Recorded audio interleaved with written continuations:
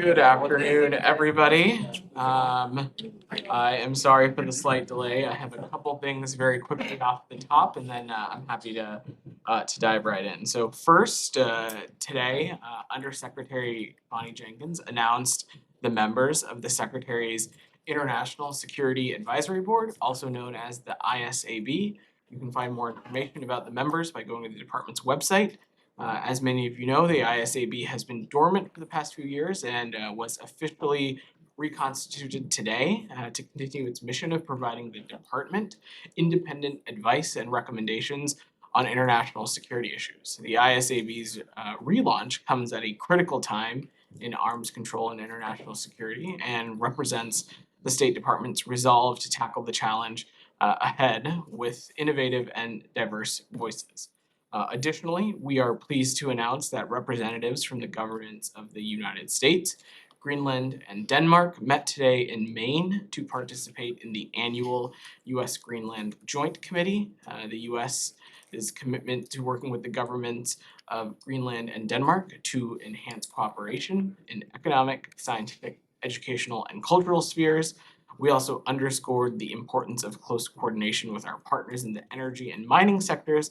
The U.S. seeks an Arctic region that is peaceful, stable, prosperous, and cooperative, and we look forward to deepening our engagement with our partners such as Greenland and Denmark to achieve these goals. Last but not least, 15 journalists from various countries around the world are observing the briefing today as part of the department's International Visitor Leadership Program, the department's premier professional exchange program for current and emerging foreign leaders. The goal of the IVLP is to advance U.S. foreign policy objectives by providing firsthand knowledge about U.S. society, culture, and politics.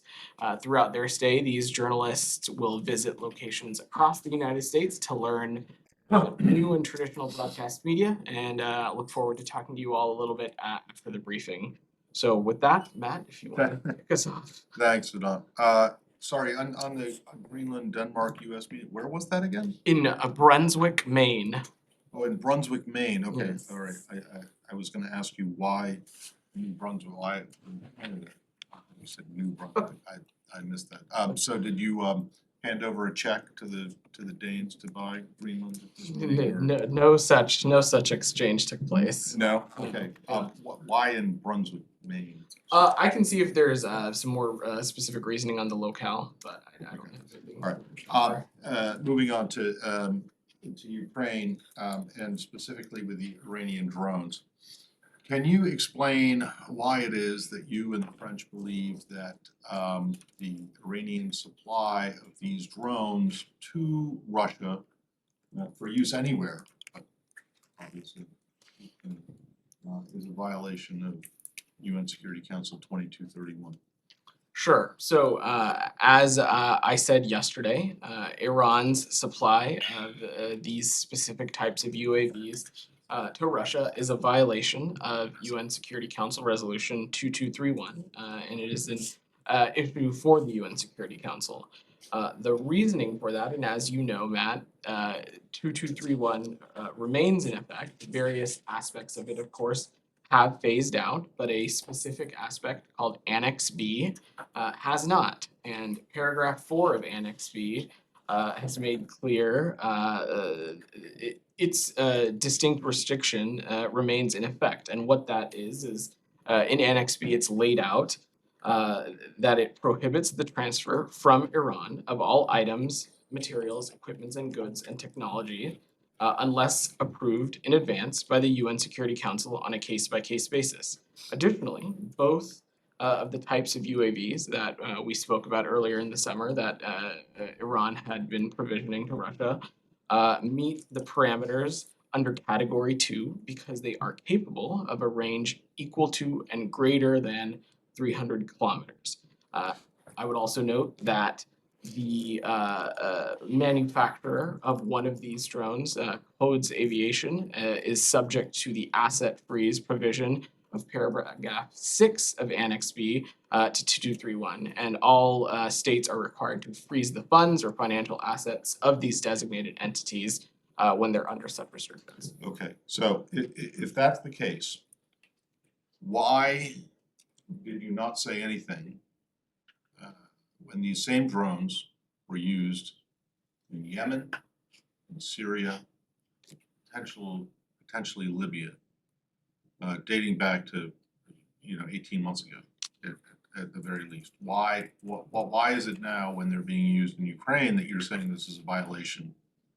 We would have said they were a violation then too. Well, you were actually asked in December of 2021, the Saudis asked you, the Israelis asked you, and I believe the Emiratis might have as well, after the first round or one round of drone attacks, not just in Yemen, but also inside Saudi and inside UAE, to bring this up, and there was silence. So the question is, why now? Why not then? This is a repeated pattern of behavior. So I think first and foremost, I'm not going to get into specifics of diplomatic engagements that we've had with other countries. But what I can say is that the transfer of the specific UAVs by Iran would be a violation of paragraph 4 of Annex B, whether they were sent to the Houthis, whether they were sent to Russia. Absent advance permission on a case-by-case basis by the UN Security Council, this would be a restriction.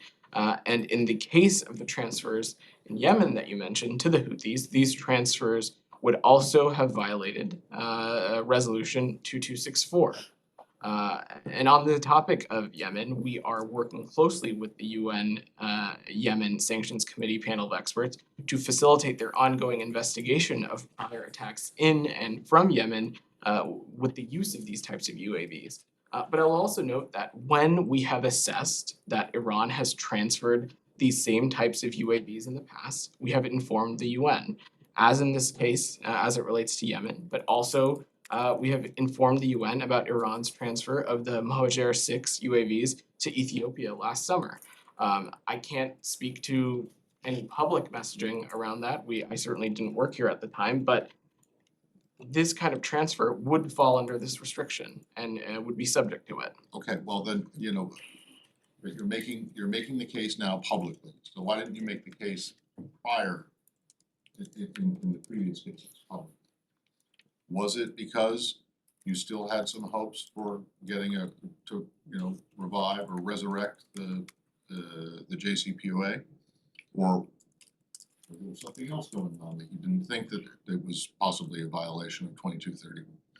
Again, I'm not gonna speculate on diplomatic engagements. Well, I'm not asking you to speculate. I want to know why it's a big deal now and it wasn't a big deal then. It was a big deal then, but Well, it is wasn't, also a because you big just deal said now. that you weren't going to comment on It- you didn't raise it publicly. As I said, that the assessment of these transfers, even back then, would have been subject to these restrictions. I can't comment on previously, but what I would say right now is that, and as I said yesterday, Russia becoming more reliant on a country like Iran, a country known for its destabilizing actions in the region and across the world, should be deeply concerning to the world. And anyone doing business with Iran that could have a link to unmanned aircraft systems or ballistic missiles development should be very careful and do their Okay, due but diligence. that's a broader point though, that has to do with your interpretation, your analysis of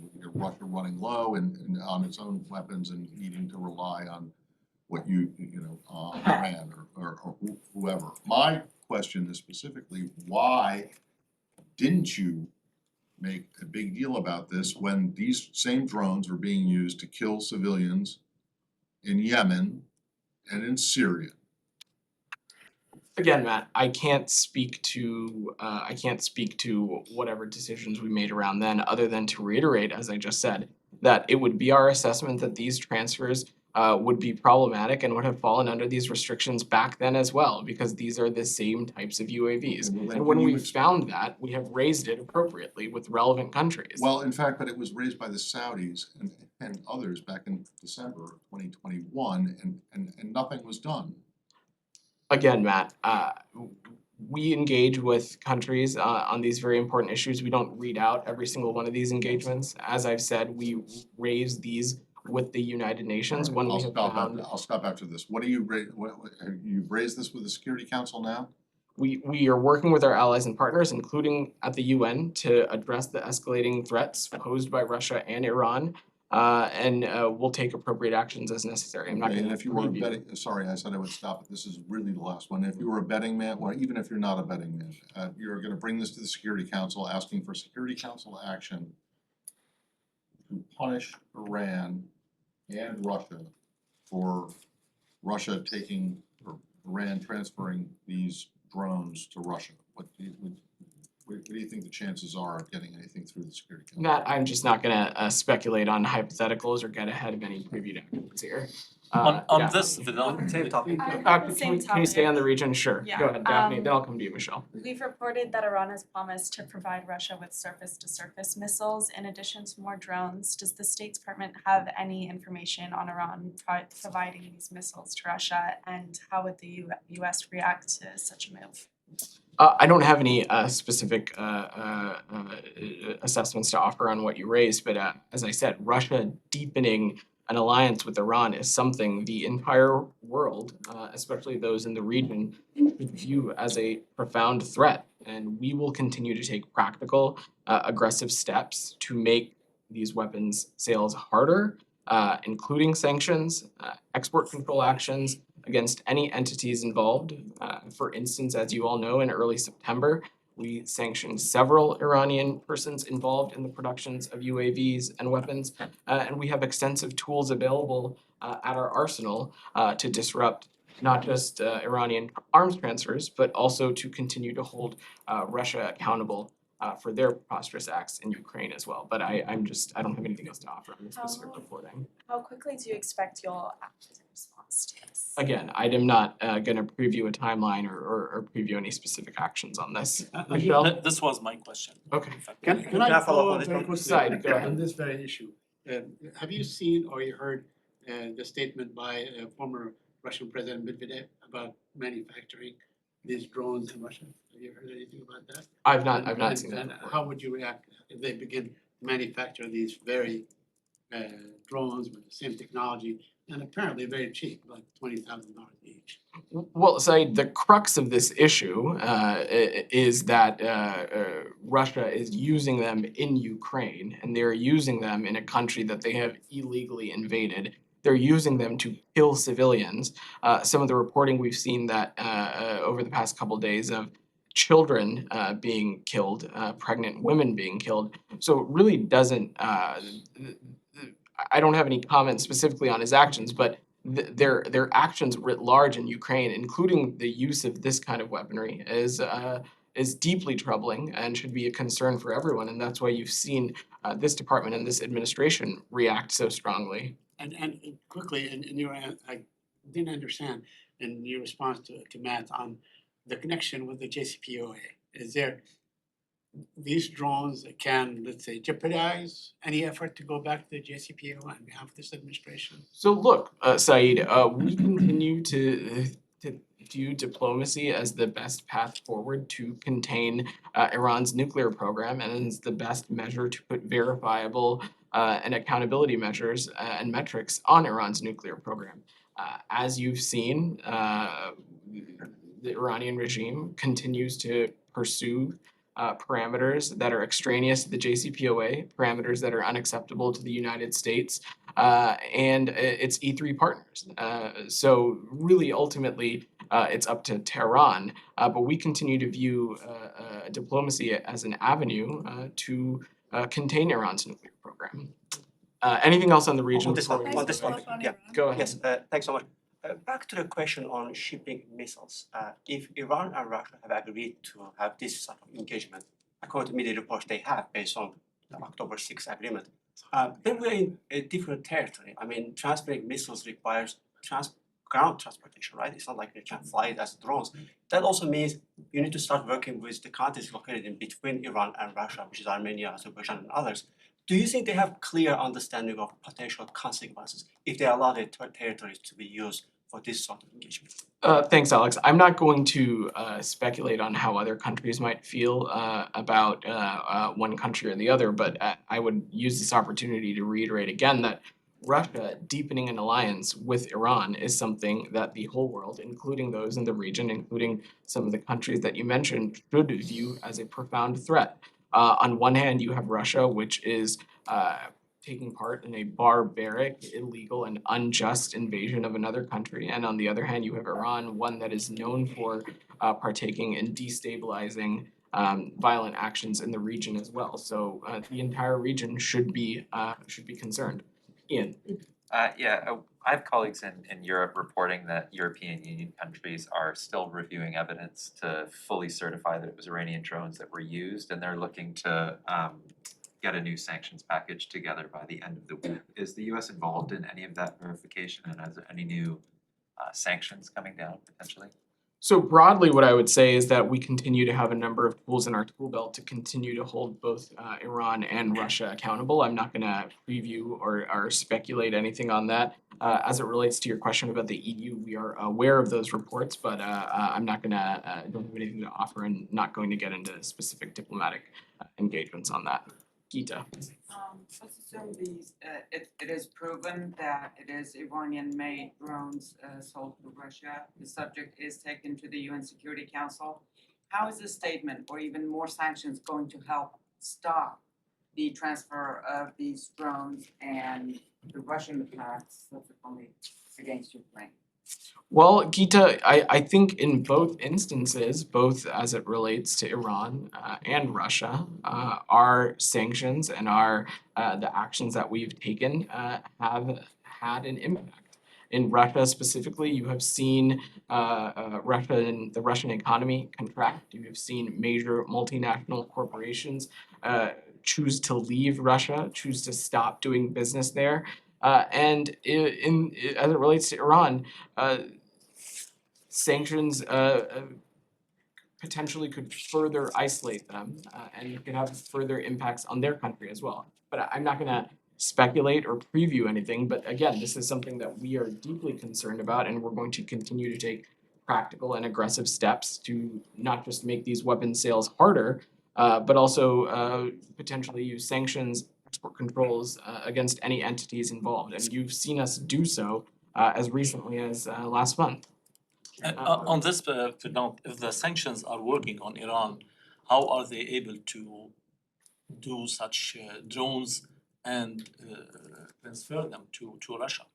Well, Michelle, I didn't mean to indicate that it's black and white. I think what we are seeing through a lot of the destabilizing and problematic actions that we see in Iran is condemnation and actions being taken in unison, not just by the United States, but by our allies and partners, actions that further isolate Iran. As you saw, even in the light of the protests over the past month, you've seen the U.S. take a number of actions to continue to hold Iran accountable as well. Joseph?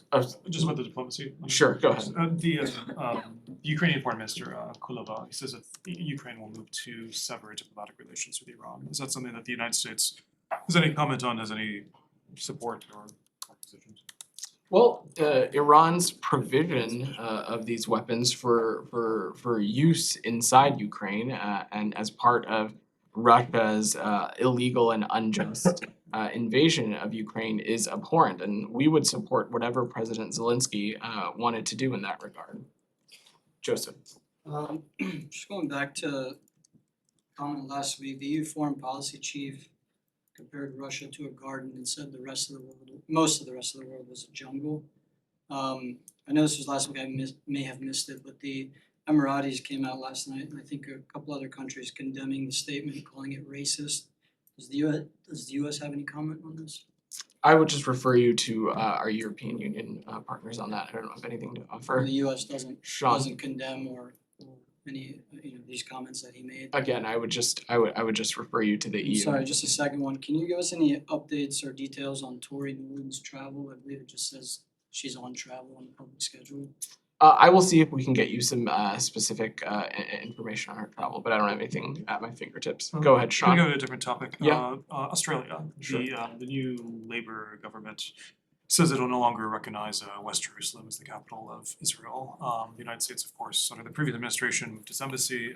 Does the United States have any comment on Australia's move to We would defer to the government of Australia to comment on its own policy, but the US position is that our embassy will remain in Jerusalem, which we recognize as Israel's capital. And the ultimate status of Jerusalem is a final status issue, which will need to be resolved by the parties in the context of direct negotiations. You're not trying to encourage other countries to follow suit in terms of recognizing Jerusalem or West Jerusalem? I don't have any specific But- engagements to but- offer on that.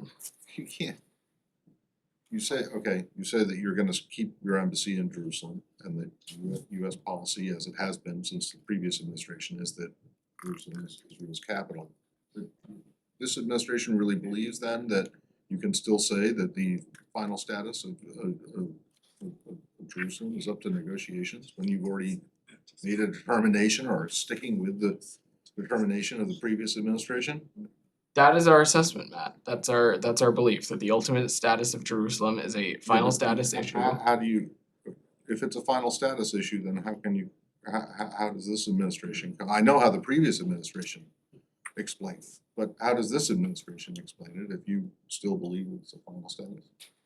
Matt, again, I'm not, we are not reversing our decision to move the US Embassy, nor revisiting I'm US not asking you recognition. that, I'm saying that, fine, you're not gonna reverse it, but how can you not reverse it and at the same time say that the status of Jerusalem is up to negotiations between the two sides when the original decision that you're sticking with wasn't made with after negotiations or an agreement from both sides? Well, I'm not, certainly not trying to offer what we have said about Jerusalem and it being a final status issue is not new. It's not something new over the course of this administration. Well, no, it's not new, but you answered Sean's question about the Australian decision, and then you made your own announcement, or, restated the US position, but then at the same time, you said that the status of the city of Jerusalem is up to, the final status is up to negotiations, but I don't see how you can square the two. I just don't have anything else to offer on this, Matt. Can we stay on So- Israel? The US said that Israel is still not in compliance with visa waiver program requirements. Could you elaborate on this? Could you please? Sure, Saeed. So I'm not going to get into specific bilateral negotiations, but we continue to work with Israel towards fulfilling all visa waiver program requirements, such as extending reciprocal privileges to all US citizens and nationals, including Palestinian Americans. And we seek equal treatment and freedom to travel for all US citizens, regardless of national origin. But I don't have any other updates to offer on You this. know, the Gog ruling, Israeli ruling, will go into effect like in 2 or 3 days, which, will restrict the movement of Palestinians, their entry, what they need to comply with and not to comply with, and so on. So this is really, a timely issue that you guys should respond to this in more clear statements in this issue. Said, I think, we spoke to this last month as well, and we have reviewed the pilot procedure that was published, and it's something that we've remained engaged on with the Israelis, and as you noted, we understand that these plans will take into effect over the weekend or in the next couple days. I would also note that we note improvements in some of the regulations from the original draft that was published in February. We of course remain concerned about potential adverse impacts that some of these procedures could have on civil society, on tourism, on healthcare facilities, on academic institutions. And this is something that we're continuing to remain engaged on, but I don't have a new assessment to offer. And lastly, today, an Israeli soldier was seen grabbing the bicycle of a 6 or 7-year-old child and taking it and dumping it in the dumpster. I mean, this happens time and time and again. I remember asking your predecessor, Mark Toner, back I think in 2016 or something like this, about the same incident, and they keep doing it. They seem to have a thing, against bicycles of Palestinian children and so on. Would you deduct some money that you give Israel so readily, billions of dollars, to maybe compensate this kid for his bicycle? Said, I've not seen this specific report, but the US urges the full respect for human rights and fundamental freedoms in Israel, in the West Bank and Gaza. And as we have said many times, we believe that Palestinians and Israelis alike deserve equal measure of security, prosperity, and freedom as well. Let's go in the back right there. Yeah. Thank you. So yesterday at Stanford, the Secretary Blinken said that China is determined to pursue reunification on a much faster timeline. So I wonder if he was referring to a 2027 timeline, the Pentagon's estimate, or was it based on a new analysis? So this is something Secretary Blinken and other senior administration officials have said on a number of occasions, that Beijing is seeking to change the status quo with a more coercive approach than in the past. And as the secretary also said in that same fireside conversation, that this is a very different PRC under Xi's leadership. The PRC is more repressive at home, aggressive abroad, in challenging interests and values of the United States, but not just the United States, also our allies and partners. And so we will compete with the PRC, but we also will cooperate when it comes to a number of issues as well.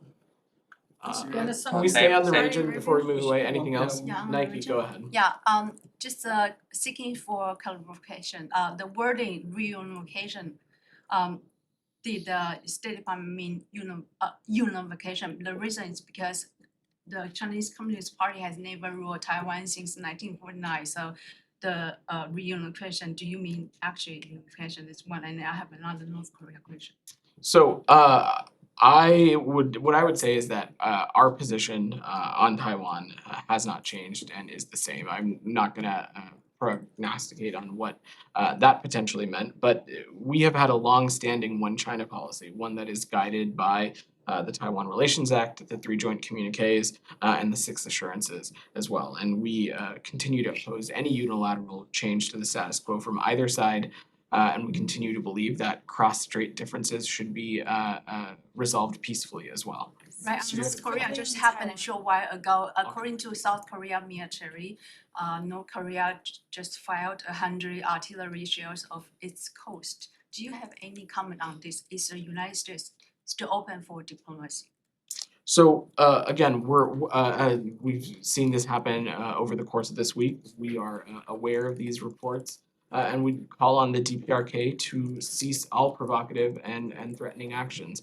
And we continue to believe and be open to dialogue without preconditions with the DPRK as it relates to our ultimate goal here, which is the complete denuclearization of the Korean Peninsula. And in Exactly.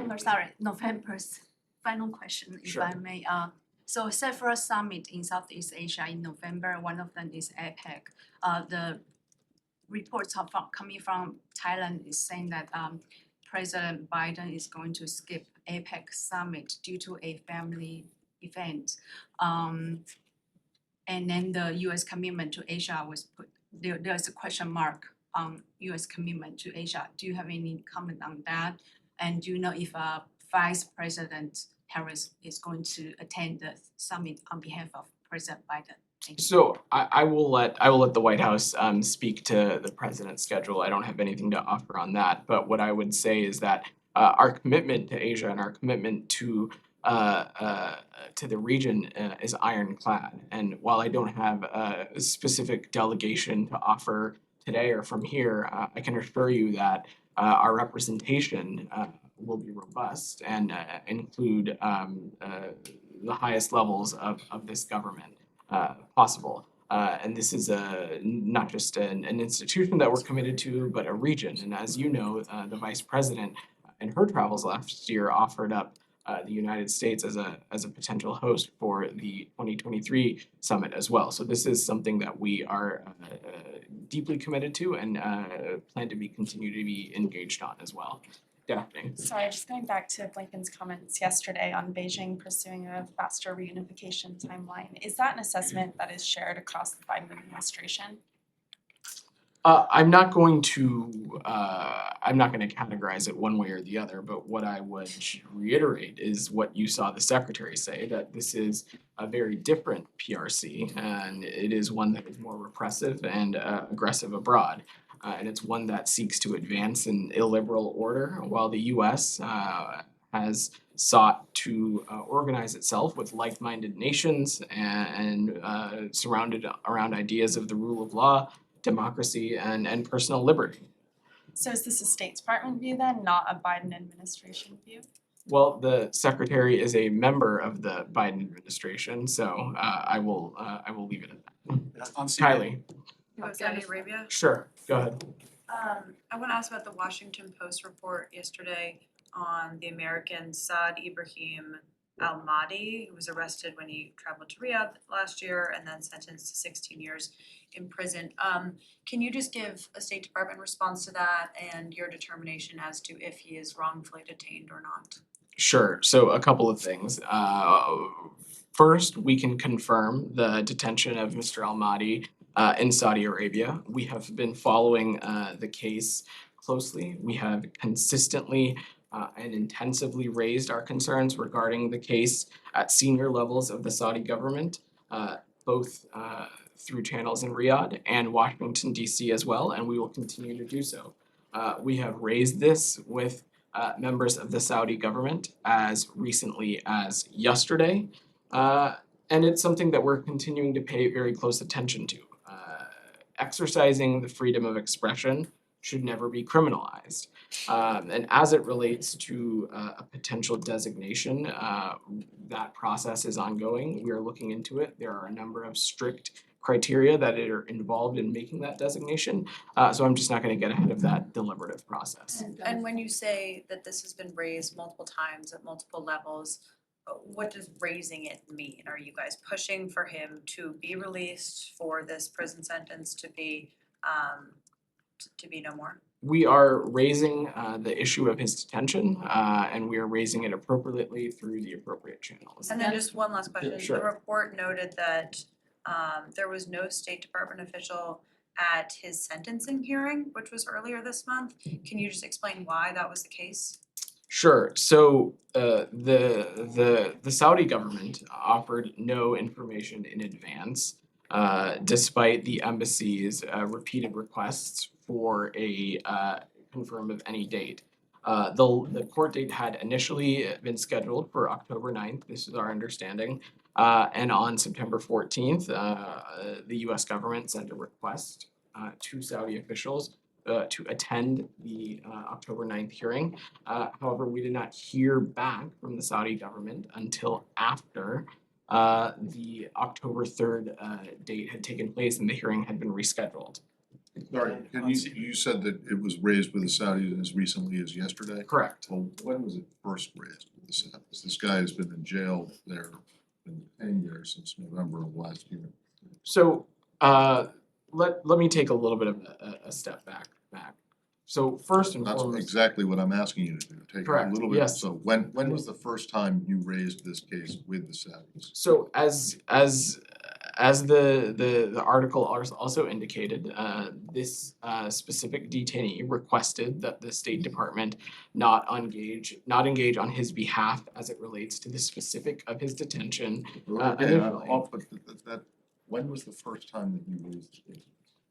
I'm just not going to offer a specific date, Matt, due to the nature of diplomatic engagements and negotiations, but what I can say is How that can you say that you raised it as recently as yesterday with them, but you won't say when you first raised it? Whether he asked you to or not, or gave you permission to or not, when was, I mean, I'm not saying you did anything wrong or anything right. I'm just asking, when was the first time that US officials raised his case with the Saudi government? that would have been as soon as we were made aware of the arrest, which was in December 2021. Okay, so you first raised it in. Correct, Okay, as all right. to demand our consular access as we do with any detained American citizen abroad.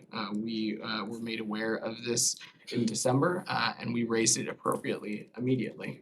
So wait, so have you had proper consular access then, if you raised that like right when he was So posted? the last consular access that we had with Mr. Almaty was in early August, on August 10th, and had it previously before that in March. As you all know, in many cases, we have difficulties obtaining access to detained US dual nationals in Saudi Arabia. But we do make every effort to push for consular access and consular assistance as we have done in this case as well.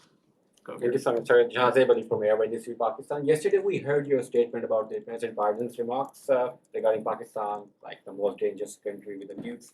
But your statement was totally different. Is it any disagreement with the White House, or is it policy shift? Again, I'm not, and nor was I yesterday, speaking directly to the president's comments. I will let the White House and my colleagues there speak to that. But I will reiterate again that the US has always viewed a secure and prosperous Pakistan as critical to US interests and more broadly to US values, our longstanding cooperation with Pakistan. So US ambassador was summoned in Islamabad. We know the reason. But Pakistani ambassador Masood Khan was also summoned here in the State Department. What was the reason? It was just like, you summon ours, we're gonna summon yours ambassador? Why was summoned in the State Department yesterday? I don't have any specifics to offer. As you know, but the US meets with Pakistani officials and vice versa regularly at regular intervals. As standard practice, we don't comment on those specifics and don't get into private diplomatic engagements So as we well. have seen some rise in Tehrik-e-Taliban Pakistan, Pakistani Taliban, and some other extremist groups. What are your concerns? So few countries have suffered from terrorism like Pakistan and have a shared interest in combating threats to regional instability and regional security like the TTP. We seek a strong partnership with Pakistan on counterterrorism and expect sustained action against all militant and terrorist groups, and we look forward to the cooperative efforts to eliminate all regional and global terrorist threats. Alex, and then I think we Now, got today is Brittany Griner's birthday. I will give you a chance to update us on the latest around her case. You have probably have seen Russian officials, President Putin's aide Yuri Shakov, saying that her case is not a priority for them. How did you read that? So a couple of things. First and foremost, the U.S. government continues to urge Russia to release wrongfully detained U.S. citizens Brittany Griner and Paul Whelan. As the secretary has said, there was a substantial proposal on the table earlier this summer to facilitate their release. Our governments have communicated repeatedly and directly on that proposal, and the Russians should take that deal. In terms of specific communication, a consular officer had the opportunity today to speak with Brittany briefly on the phone. A consular officer also had the opportunity to briefly speak with Paul Whelan as well. On Syria, thank you for that. About 5 years ago, Turkey took Afrin out of control of your SDF partners, and today Tahrir al-Sham, a designated terrorist organization, is in control of the city. Are you concerned about that? That's part one. And then part two, are you in any form of communication with the Turks on the situation there? So first, what I would say is, as you know, Turkey is an important partner in the region, an important NATO ally, and so we are in touch with them on a number of issues. But as it relates to your specific question, we are concerned, of course, about recent violence in northwest Syria, especially its impact on American citizens. And we urge all parties its impact on civilians, not American citizens. My apologies. We urge all parties to de-escalate and prioritize the safety and well-being of the Syrian people. And as you know, HTS is a designated terrorist organization, and it should stop its escalatory actions in the region. All right, thanks, everybody. Oh, wait, hold on, can we get a Haiti question in here? Sure, go ahead. What's the latest on, what's your understanding of where the latest is at the UN? Sure. Are there any plans to go ahead with this intervention or intervention the wrong word here? Sure. So a couple of things, and largely I know many of you saw Ambassador Thomas Greenfield speak a little bit about this yesterday. So I would reiterate what he said, which is that the U.S. and Mexico have worked closely to draft 2 new resolutions that we hope that the Security Council will unanimously support. I don't have any timeline to offer or get ahead of, but for knowledge's sake, the first proposed resolution imposes financial sanctions, a travel ban, and targeted arms embargo on criminal actors who are inflicting suffering on the Haitian people. The second resolution authorizes a non-UN international security assistant mission to improve the security situation and enable the flow of desperately needed humanitarian aid. This would be a limited, carefully scoped, non-UN mission led by a partner country with the deep and necessary experience required, with whom the US could find ways to support. What does a non-UN mission mean? Does that just mean that it doesn't have a implement for the Security Council? I'm not going to offer assessments on Okay, well, specific what- countries and No, engagements, no, but no, I'm not asking you who's gonna be in it. What does that mean? What does a non-UN mission like this mean? Just that it doesn't have UN Security Council approval?